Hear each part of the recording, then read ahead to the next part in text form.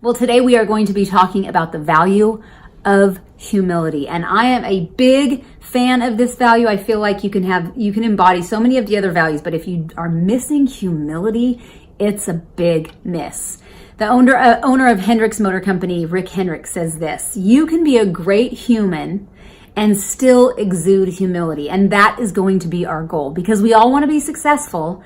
But what does humility look like? What is humility? I believe humility says a lot about what you and I believe about ourselves and what we believe about other people. I'm not talking about how we act in public and how we, there can be feigned humility, but I'm really talking about what we truly believe about ourselves and about other human beings. There's a cycle of success that I've seen. Let me set down my iPad. There's a cycle of success that I've seen in the network where it's really disheartening, because you can see, I've seen people who go from like, wow, I cannot believe, I'm so humbled by this opportunity, and I'm so appreciative of this award or this advancement, and how lucky am I that I get to do this. And very quickly there's sort of a shift. If humility is not truly a part of your heart and my heart, then the shift goes to, do you know who I am? Is this all there is? And more expectations and an entitlement to what's coming to them because of what they've done for the network, because of what they've done for other people. And it's not just in the network, but because we're talking about Team Beachbody coaching, I'm just going to kind of use that as the example, but I've seen it in a lot of different people. You've seen it in celebrities. You've seen it in ball players, people who have kind of been plucked out of a regular life and have some semblance of success, and then they begin to do what I call believing their own press. Because what do we do as humans? We see somebody and they have success, and we start to look up to that success, and we want to emulate that success, and we start following them, especially with social media, and we start, giving them praise, verbal praise. And very soon people do what I call believing your own press, where people tell you that you're so great and you actually start to believe it instead of staying rooted in understanding the gift that you have been given and that you have been developing. Humility reveals what you believe about yourself and what you believe about others. So let's dive into it a little bit. You and I, every person who walks this planet has gifts tucked inside of them. And I know that John Maxwell will say often that, too many times in school, if a kid is great in math, but they're getting a D in English, they say, we got to spend a lot of time on English. And he said, no, that's backwards. Spend a little bit of time on English, but really, if math is your strength, pour into math. And so the same thing is with our gifts. When we've been given gifts, and we all have them, hopefully you've taken the Strengths Finder test. Strength Finder 2.0 is the book. You can purchase it. It gives you a little code in the book. You can go online and learn about, hopefully you've taken personality tests, so you start to understand yourself. You understand your love language, how you give and receive, acknowledgement and love and appreciation. Not just obviously in a romantic relationship, but in a working environment. How do you like to feel appreciated? How do you like to give appreciation to others? And how those on your team like to be appreciated, but also understanding what your strengths are. As leaders, that is our responsibility, is to understand what our strength is and our gifts are, and develop them, but also help our team to understand and develop their own gifts and strengths. Because we were created with these gifts inside of us. I believe we were created to work together all in our gift zone and together be this collaborative effort of excellence. And so if I start to believe that the gifts I've been given that really were nothing to do with me, it was just a gift that was tucked inside of me, just like a gift was tucked inside of every person. And I want to develop that, and I want to get really good in my sweet spot, and I want my team to do the same. But if I believe about myself that the gift is me, and my worth, and if I'm better at it than somebody else in my gift, then the temptation would be to think myself better than that person. But if my heart is really rooted in, wow, this is a gift, no credit to myself, but I want to develop that gift and get really good at using it as my team gets good at using their gifts, and together we are working together. So how do you know what your gift is? Typically, it's something that a lot of people will tell you that you are good at, that you excel at, and no one really had to tell you how to do it. It's something that you've done intuitively, and every person has a gift that they are good at, and naturally that they don't even have to think of. And what's funny is, so let me just give you an example. My husband is technologically minded. I am not. But at the office, whenever there's some sort of, if their computer system or something is down, he can, what he calls, tinker with it to figure it out until the whole system of all these computers for an engineering company are back up and running. And I'm always like, how do you know how to do that? He goes, anybody can do it. That's when you know it's a gift. When you're like, nobody taught it to me. I just kind of can figure it out. I'm good at that.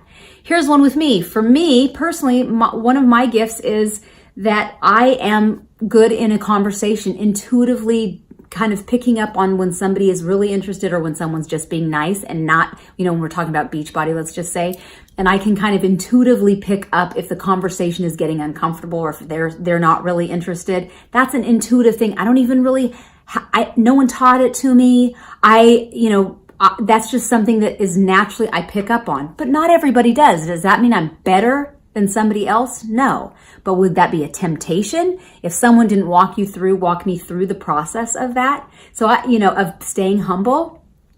No, I had to go, wow, that's something that I do naturally. And other people don't do that naturally. That was something in the early part of coaching that I was having a lot of conversations and kind of navigating intuitively. And I would have coaches say to me, like, could you break it down into a script? Could you write that for me? And I think, well, every conversation, there's so many different nuances. I don't even know how to write a script. And so I wouldn't write the script, but what they were really asking is, what are you picking up on? Can you break down the process of what you do intuitively? And I heard a gentleman by the name of Kevin Myers, who is a pastor of a church in Atlanta, and he has been mentored by John Maxwell. He's written a book called Home Run with John Maxwell. And he said something that just blew my mind, and so I'll share it with you. He said, when a leader takes an intuitive step, the average person who doesn't have that same gift needs it broken down into at least 10 actionable steps. That blew my mind because so many times people would say to me, hey, could you help me? What's your process in this? And I'd say, I have no idea what the process is. I have no process.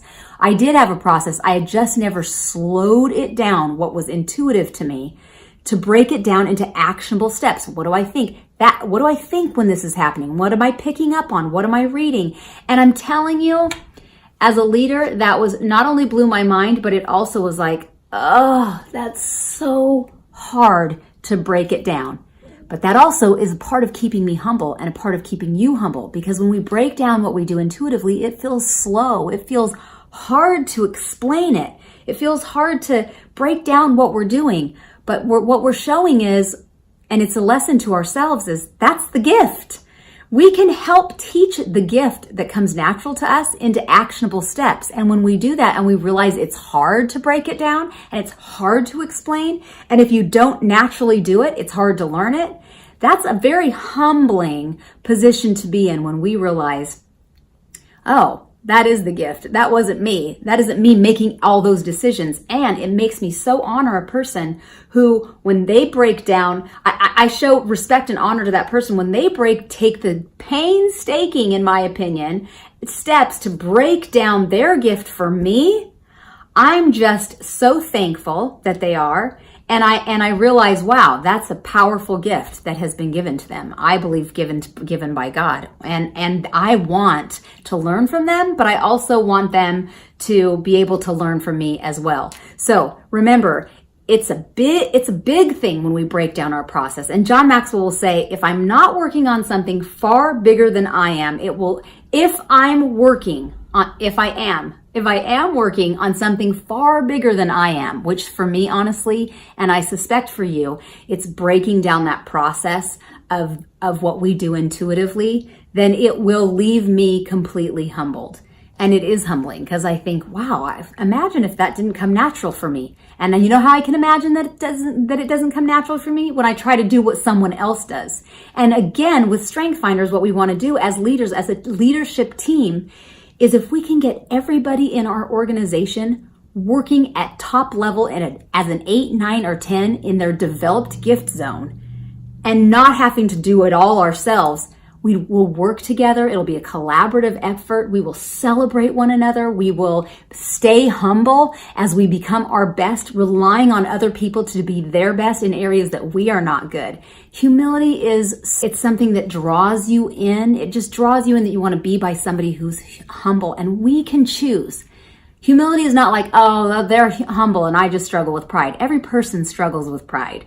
But if we can remember that we want to just add value to one another, and it's about success as a team and not just about what the success I can do, but to break it down to lead others as they break it down for me. Michelle Meyer says this: the best attribute of a leader is not success, it's humility. And I couldn't agree more.